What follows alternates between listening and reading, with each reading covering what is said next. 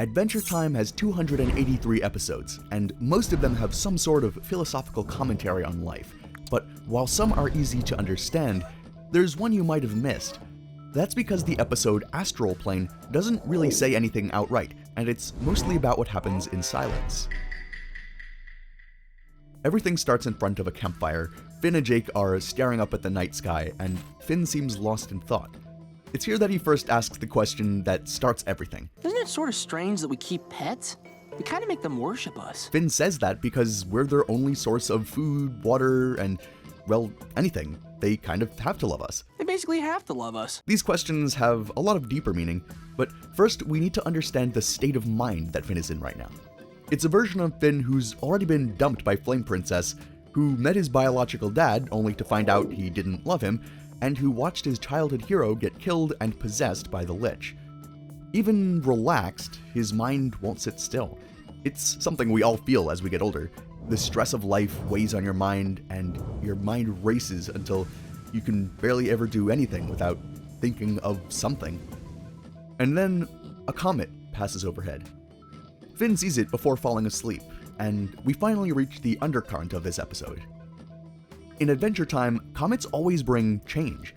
In the episode right before this one, we witnessed the ice elemental, Evergreen, try to ward off a comet, which ended up destroying Earth and ushering in a new age. So when the comet has a strange, almost hypnotic effect on Finn, this isn't random. It shows meaning and change in Finn's own worldview, as well as hints to one of his previous lives. But it takes a journey for all of this to happen. His astral form is pulled out of his body, and he begins to drift along, with no seeming control of where he's going. Already, Adventure Time is tying this into a parallel of life. Depression, existentialism, and a lack of love, despite being surrounded by what should be meaningful relationships, all make Finn feel like he's drifting through life with no anchor, no meaning. The first stop is Mr. Fox's house. Finn sees Mr. Fox sleeping, seemingly dreaming, muttering in his sleep about Bubafina, a white goose whom Mr. Fox was infatuated with, but who didn't return the love. Bubafina, just pay me back when you can. But then he hears Mr. Fox himself speak, and turns around to see a spirit, or astral version of Mr. Fox sitting in a chair. Hello? Mr. Fox is seen working on a Sudoku puzzle, sitting in a chair comfortably while his physical body sleeps. Finn talks to him briefly, but then begins to drift away again. Even though Mr. Fox seems fine at first, he does mention in a nonchalant way that he hoped Finn would come back. And as Finn drifts away out through the roof of Mr. Fox's house, he says that Mr. Fox seemed kinda lonely. He seems fine in general, he's focused, even working away on a Sudoku puzzle. But how we act and what we feel are two entirely different things. When you look at Mr. Fox's room, it's not organized, and it's not focused. The clock is broken, the bedside table is dirty, and he has a pile of dirty dishes on the floor next to his bed. And when you think back to the first thing Mr. Fox said, it wasn't hello, it was his physical self muttering for Bubafina to pay him back when she can, just maybe to see her again. He's lost and disconnected and lonely, and he's trying to find a purpose.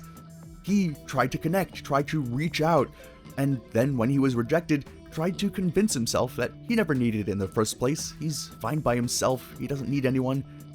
It's not that he ever avoided connection, it's just that to avoid being hurt by failed attempts at connection, he's forced himself into a prison of his own making. And he isn't the only one. Finn drifts onward and sees Bounce House Princess heading home for the night. Finn drifts along above her head, simply watching her. But despite being such an inflatable, seemingly fun-loving princess, she doesn't live in a home of the same manner. Instead, she makes her way back to a tiny, reinforced door that leads back to a cave. It seems like a nice enough house, but why in a cave? And why does the door look so secure? We soon get the answer to that as a porcupine manages to slip inside her home. She instantly freaks out, panicking as she rips some wallpaper off the wall, revealing an aptly named panic room.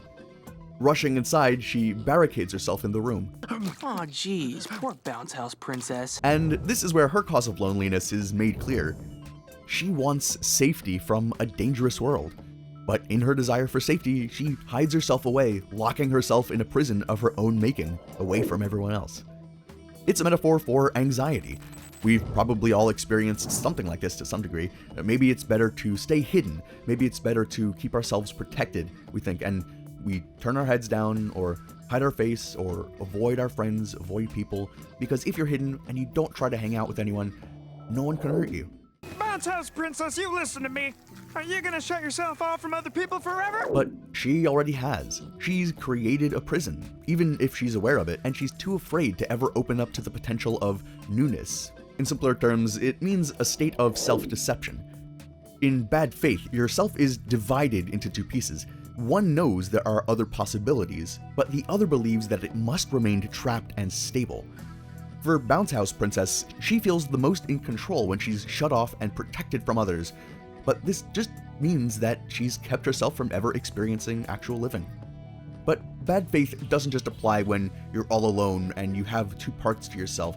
It can also apply when you're out there, actively seeking connection, desperate to matter, and still feeling empty, which we're about to see.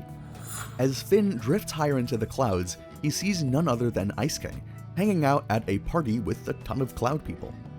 This isn't a socially reclusive man, and it seems like he's surrounded by connections. It's a loud, active party where music is playing, people are making friends, hanging out, and everyone's enjoying their punch. But when Ice King tries to talk to a woman at the party, he's shunned. It's not like he said anything wrong either, he's just ignored. But being ignored like this makes Ice King kinda desperate. Music's a little loud, but the punch is top drawer. Being in the midst of happiness and sociability, and yet not being able to quite reach it himself, that's a horrifying concept for him. He'll do anything to just be liked and to find a connection in whatever way he has to do it. He's seeking that attention, not out of necessarily some selfish desire, but just because he wants to know he matters in some small way to someone. And so he lies, trying to impress everyone with his relationship with Finn, the hero, which he passes off as a close relationship. Yeah, Finn and I are pretty tight. Finn is angry at first, not understanding why Ice King would lie like this. But as he watches, he understands. Ice King's lies about Finn aren't his only desperate bid for attention.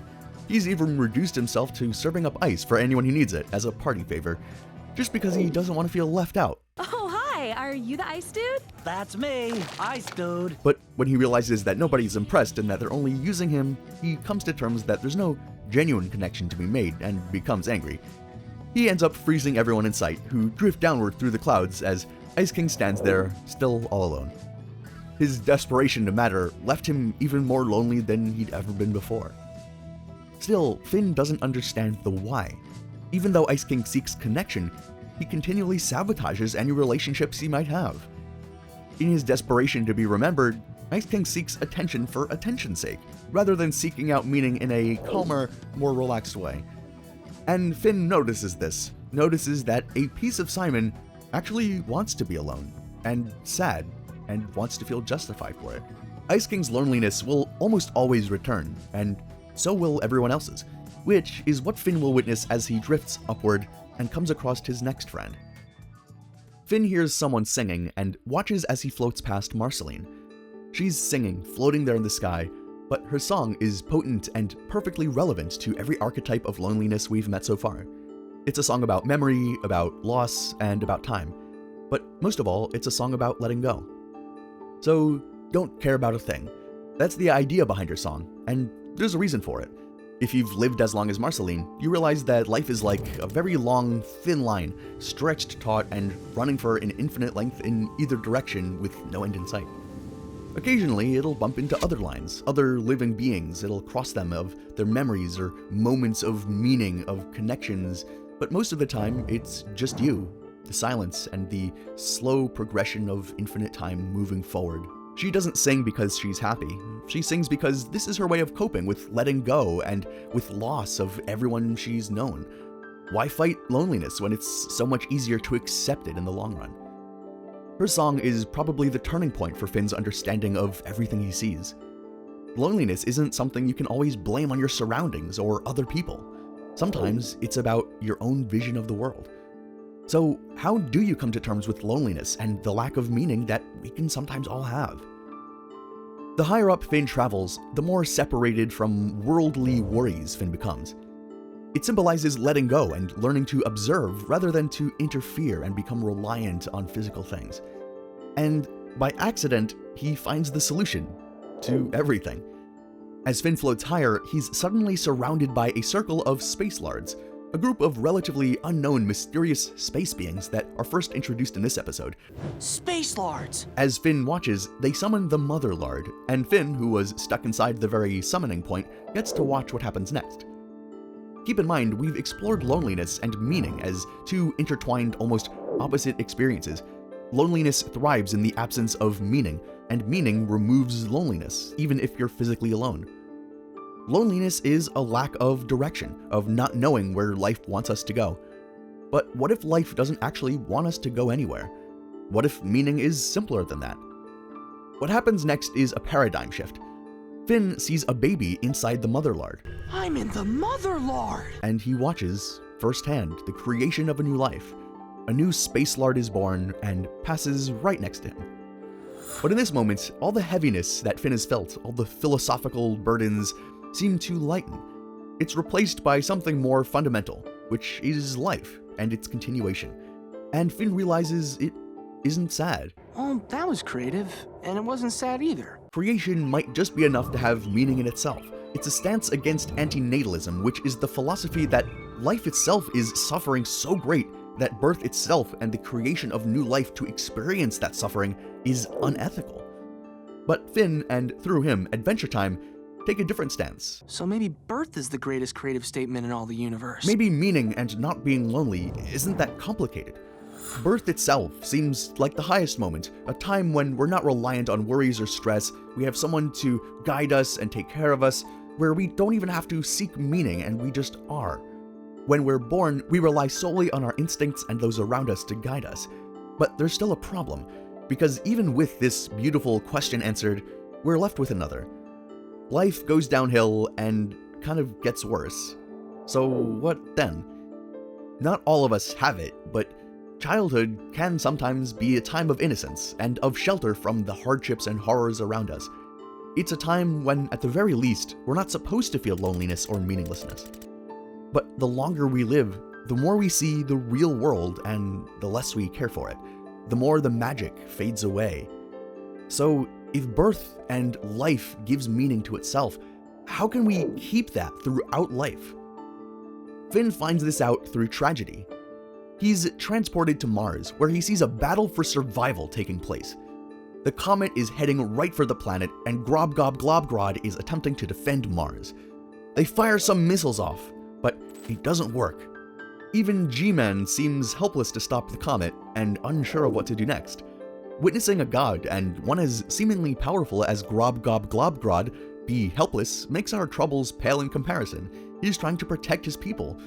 When G-Man asks Finn what he thinks, he's actually surprised that they can see him, but of course they can, they're a god.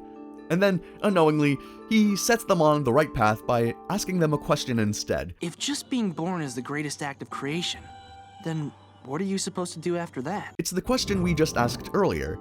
Isn't everything kinda downhill after birth? What do you live for if birth is so meaningful, and yet there's still so much time in which you have to create your own meaning and fight your loneliness? But Grod's response to this is what finally nails the answer we've been searching for this whole episode. Well, it's not enough to have created something amazing, right? What if I just let my Martian super society go to pot? It finally answers Finn's questions about everything. Once something amazing exists, shouldn't we tend to it? It makes sense, doesn't it? We weren't born for a particular reason necessarily, but our birth can give us a reason to live in itself. We are already here, and once we're here, we should tend to ourselves. And when Finn asks what it's really worth if their Martian super society is about to be destroyed, and what is the purpose of saving it, Grod doesn't respond. Instead, they just act. Their society was given life through their actions and just through existing, given meaning through their decisions and their individuality, and to let that go to waste would wipe out more meaning than anything. But to protect it, that's all the meaning they need. The response from Grod is something that does have meaning. They give themselves fully to their creation and people, choosing to protect what they love. Maybe meaning doesn't come from being understood or having the right job or doing the right things, and it doesn't come from connection either. You can't solve loneliness with that either. Even if you have friends and family, they won't always understand everything about you. So, what is it? Maybe it just comes from what you're willing to give yourself to. Life happens without a reason, but purpose is what we make of it. Meaning is what we make of it. And suddenly, when you think back to everything Finn saw on his journey, things make a lot more sense. We've seen Mr. Fox hiding away in his work and a false sense of rules in order to avoid the loss of connection he's experienced. We've seen the bounce house princess hiding, anxious, and afraid to even try to live life how she truly wants. Ice King hides behind self-sabotage, and Marceline accepts the pain and accepts that it'll continue on forever. Each one of these examples provides an answer to meaning, but none of them feels complete. And maybe that's the greater point the episode teaches.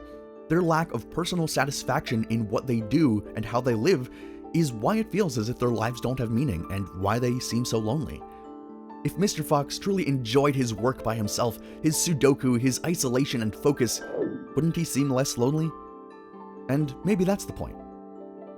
The episode Astral Plane doesn't offer an answer for anyone specifically. It doesn't answer in a solid way, but the answers it does hint to matter. If you find meaning in what you love, and you find purpose in your existence, and you love doing what you do, you'll find that loneliness fade away. Even in their final act, their greatest sacrifice, Grob, Glob, Grod didn't feel lonely at all, because they had themselves, and they were doing what they loved. And they had a purpose. They had the purpose that they gave to themselves, that they adopted when they created their kingdom and their people. The void all around us is never going away, the future is uncertain, and we are all alone in our own heads. We're each gonna have to face it, one at a time, in different shapes and forms, in whatever connections we make and however we spend our time. The way Finn learns this is through his own complete arc over the course of Adventure Time, and it's really beautiful. So click here to watch our in-depth video on it next. And give us a like, subscribe, comment your favorite black cat name, and I'll see you in the next video.